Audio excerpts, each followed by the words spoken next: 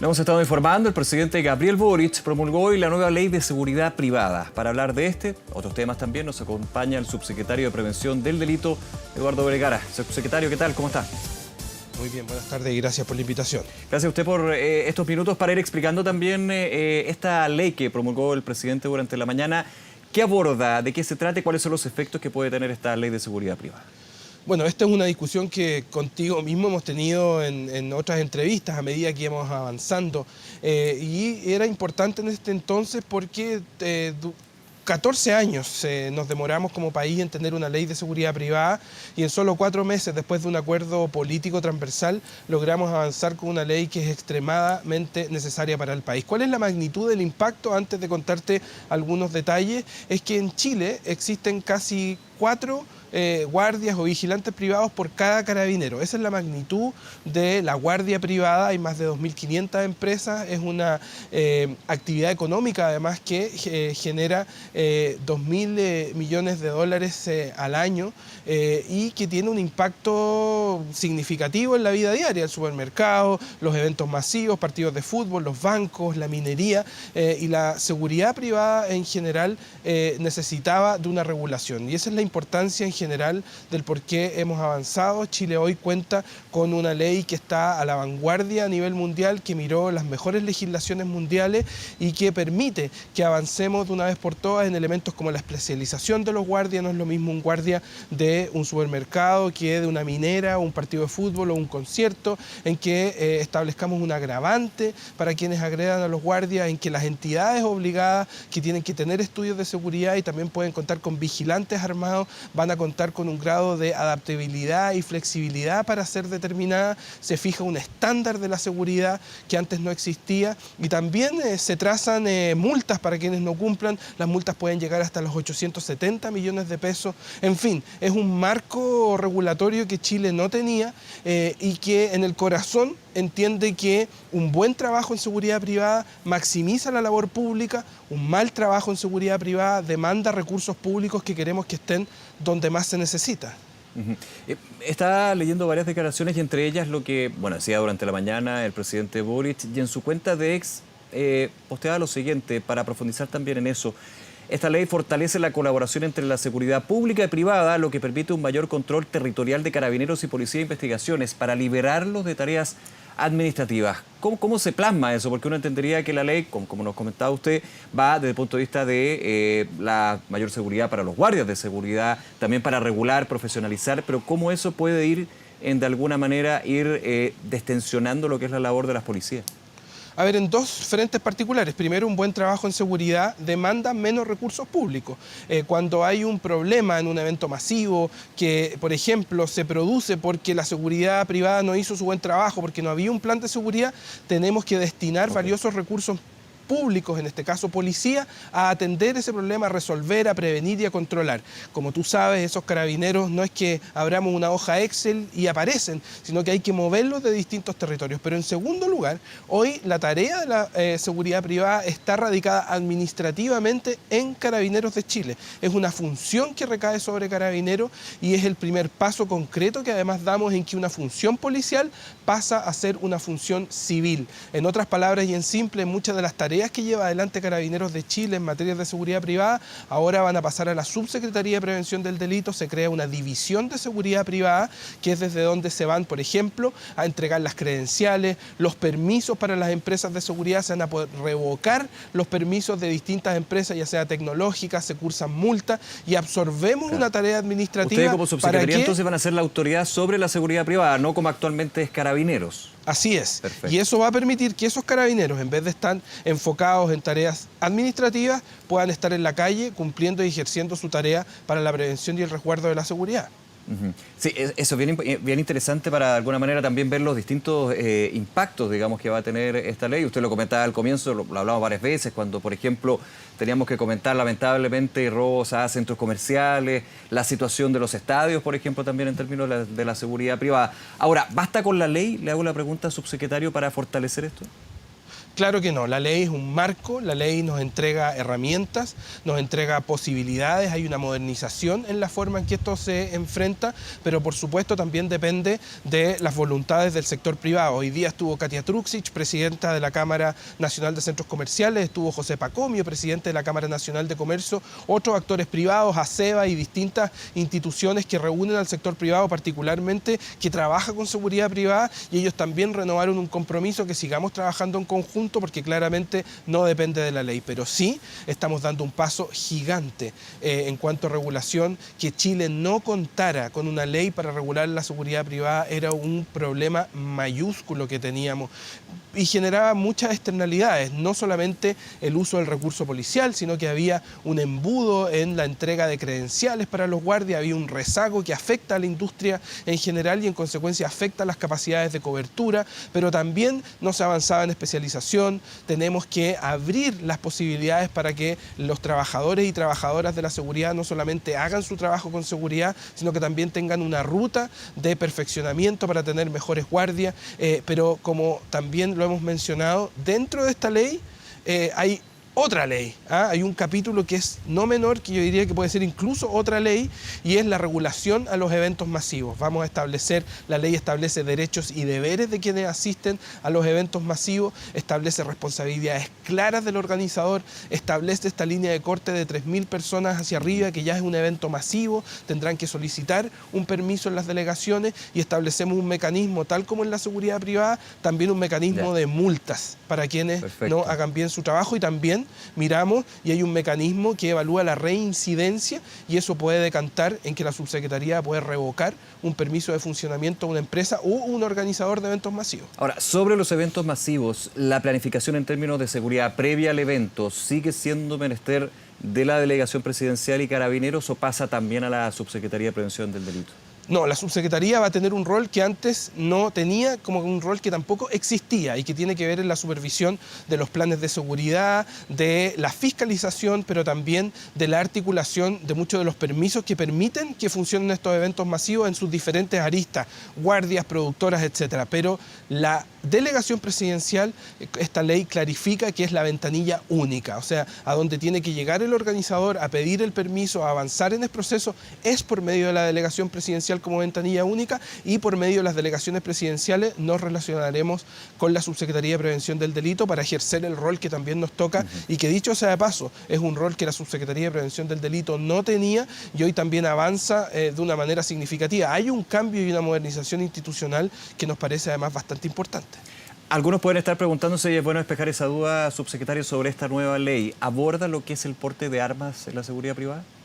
A ver, efectivamente, hoy el porte de armas en la seguridad privada está en manos de los vigilantes y así se va a mantener.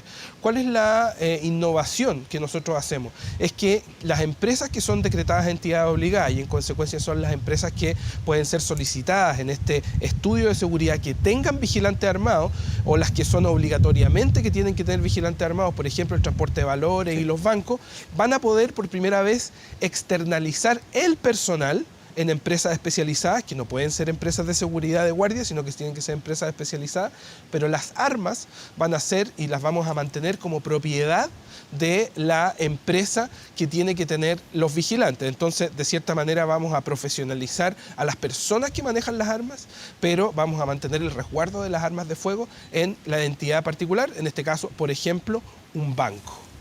Subsecretario, tiene mucho que ver, estamos hablando de seguridad evidentemente, y lo que ha sido esta discusión planteada por alcaldes, también el propio presidente Gabriel Boric se refirió durante esta semana a el eventual, lo voy a poner en condicional, por supuesto, porque así está, despliegue de las Fuerzas Armadas para combatir la crisis de seguridad.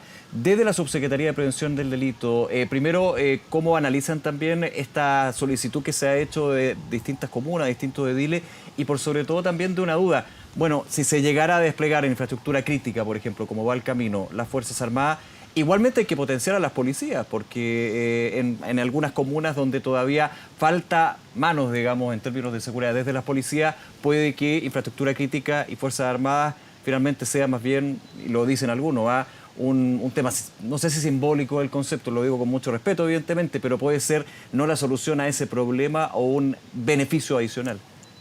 A ver, yo diría dos cosas. Primero, el gobierno ha hablado por medio de acciones concretas. El año pasado ingresó un proyecto que permite la participación de Fuerzas Armadas en el resguardo de infraestructura crítica. Es un proyecto que el gobierno además ha cumplido en ponerle las urgencias. Es un proyecto que además ha sido trabajado con no solamente los parlamentarios, sino que también sus equipos asesores. Y es un proyecto que hoy se encuentra en discusión y como gobierno esperamos que se apruebe lo antes posible. Ese proyecto habilita a una función particular de las Fuerzas Armadas que es en el contexto del resguardo de infraestructura crítica. Dicho eso, y pasando al segundo elemento, la mirada más global respecto a la participación de Fuerzas Armadas en materia de seguridad, primero, ¿qué nos dice la evidencia? Que funciona para contextos y situaciones particulares. La evidencia nacional, ¿qué nos demuestra? Que tanto en la macrozona sur como en el resguardo de la frontera y en situaciones ya sea de emergencia o como fue la pandemia, cumplieron un rol particular. La misma evidencia a nivel internacional nos muestra que la participación de las Fuerzas Armadas no es efectiva en contextos de criminalidad y menos en la incursión en ciudades o barrios. Yo creo que es importante mirar esa evidencia porque define de cierta forma cuáles son los usos que uno le puede dar a los distintos cuerpos y fuerzas de seguridad que tiene a disposición en el Estado. ¿Qué es lo que queremos y buscamos como gobierno? Primero, que se apruebe una ley que nos va a habilitar para, si es que se llega a tomar la decisión dónde, cómo, cuándo, que las Fuerzas Armadas puedan cumplir un rol particular en el resguardo no llegando a decretar estado de crítica. excepción. Bueno, es que eso es, la excepcionalidad es algo distinto. Mira, el alcalde de Maipú, cuando vino a ver a la ministra del Interior y a tocar una serie de temas, es el tema que claramente generó más revuelo, su propuesta fue particularmente, además, en el resguardo de infraestructura crítica, no en un estado de excepcionalidad. Entonces, el gobierno habla por sus acciones y la acción es que ingresamos al Congreso un proyecto, estamos esperando que este se apruebe y en ese marco y en ese contexto podremos avanzar cuando sea pertinente. Ahora, yo sé que no es menester probablemente tal de la subsecretaría, pero siguiendo con ese tema y en la discusión legislativa, donde está alojada actualmente este tema de seguridad tan importante, entiendo que no se le ha puesto urgencia, hay también un tema ahí desde la técnica legislativa, pero de poder aunar criterios en términos de que yo tengo claro que los parlamentarios todos quieren más seguridad, se lo piden también todos los vecinos, digamos, pero la forma, de alguna manera, es lo que marca una discusión que algunos dicen se ha no aletargado, pero se ha alargado un poco.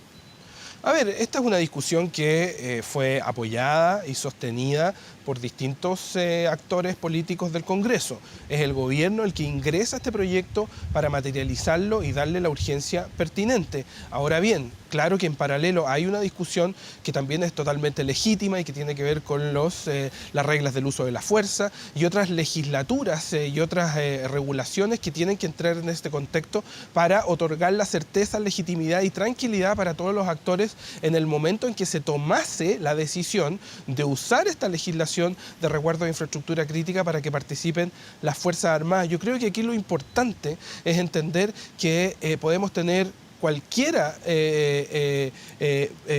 debate, ahí podemos tener una diversidad de debates, discusiones públicas respecto a propuestas legítimas de cómo abordar la principal preocupación de la ciudadanía y principal ocupación del gobierno hoy en día, pero también no podemos olvidar las acciones concretas que estamos llevando adelante en el Congreso, que nos permiten tomar estas decisiones. Hoy día, si tomásemos la decisión o alguien quisiera tomar la decisión de decir, bueno, Fuerzas Armadas en infraestructura crítica, pasaría algo bastante elemental.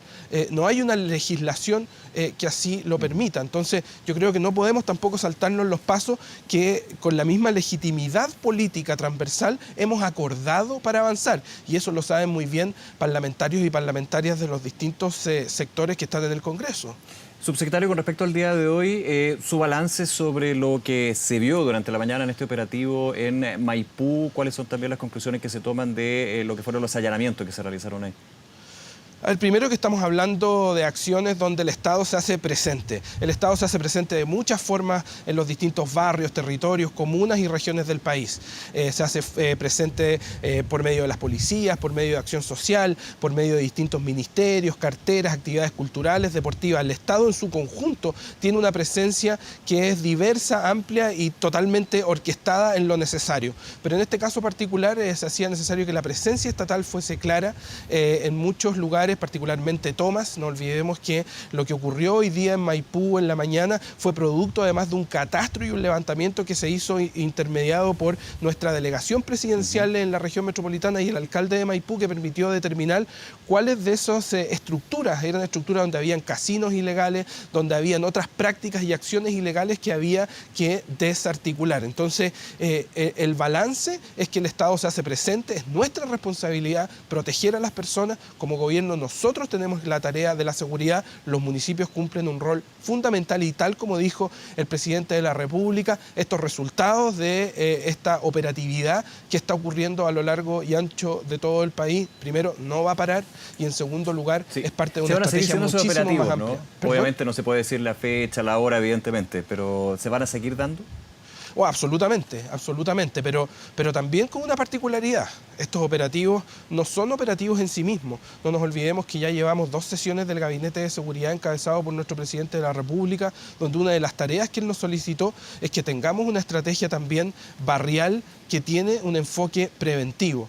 No solamente el Ministerio del Interior, ni su Subsecretaría del Interior, ni la Subsecretaría de Prevención del Delito, como tampoco solamente la Subdere, sino que hay otros actores y otros ministerios de este gobierno, cultura, deporte, ciencia, desarrollo social, que juegan y deben jugar un rol fundamental porque el Estado se hace presente en distintos lugares, pero tiene que hacerse presente con su diversidad y complejidad de respuesta que tiene que ofrecerle a la ciudadanía. Ahora, entiendo tiene características distintas, pero fue también el mismo día la situación en La Florida, en Villa Dignidad. Ahí también entiendo que no hubo una coordinación con la delegación presidencial, así como se orquestó la operación en Maipú.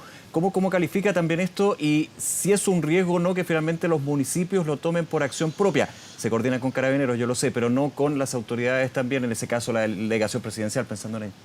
A ver, yo diría que como máxima siempre es mucho más efectivo y siempre es mejor que exista una coordinación en los más amplios niveles. Nosotros como subsecretaría tenemos un contacto permanente con todos los municipios de Chile y muchas veces sabemos que cuando hay una mayor cantidad de actores el operativo suele dar mejores resultados, pero estuve en contacto de temprano también con la jefatura zonal de Carabineros monitoreando lo que ocurrió en La Florida y ahí efectivamente Carabineros se hizo presente, cumplió su rol y también como vemos la situación no pasó a mayores, independiente de lo grave y lo impresentable que en cualquier rincón del país nos parece que puedan existir agresiones, particularmente a funcionarios municipales. Permíteme un paréntesis, la ley que estamos tramitando ahora en el Congreso además pone un agravante a quienes agredan a funcionarios municipales que tienen tareas de fiscalización o seguridad, tal como la ley que acabamos de promulgar hoy pone también un agravante a quienes agredan a guardias de seguridad privada.